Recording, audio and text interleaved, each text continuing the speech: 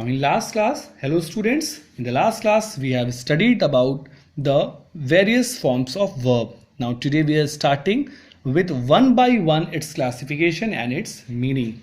Verbs finite and non-finites. We can easily say in the other way, finite and non-finite means changeable and not changeable at all. Finite verbs.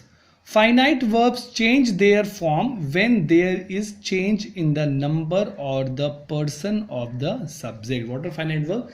Finite verbs are those verbs which change their form according to their number, according to the person, according to the tense of the subject.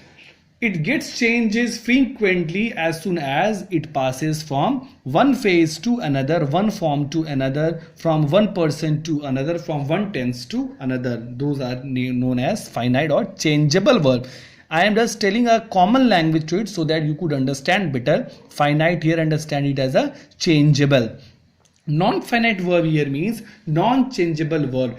There are several sentences in English where a verb cannot change in any condition at all. Whether it changes its subject, whether it changes its form, whether it changes its tenses, we cannot change at all. Such verbs are known as non-finite verbs. Non-finite verbs do not change their forms when there is change in the number or the person of the subject. These are known as non-finite verbs. In finite verbs, we change the form of the verb. In non-finite verbs, it cannot be changed according to the grammar rules of English. Now, for example, we can have many examples to understand this topic. For example, my little brother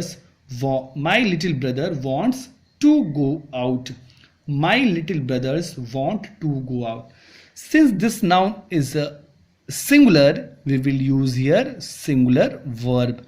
Since this noun is plural, brothers is written here, so we will use here plural verb. My little brother wants to go out. My little brothers want to go out. So we can say that wants is changed into want. We have several sentences to write like this. If I write here he, if I use here the word and he, then again this word can be changed. He wants to go out.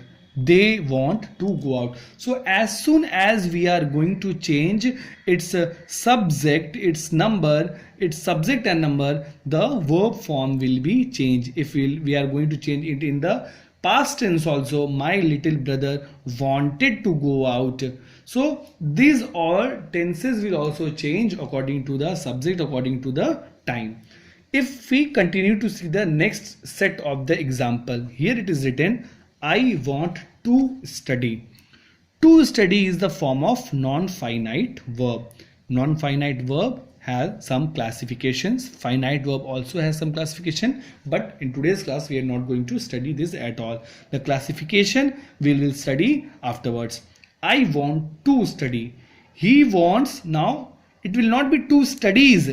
We cannot write here, since it is he, so we can write here studies. No, we cannot write like that. He wants to study will be constant. They want to study.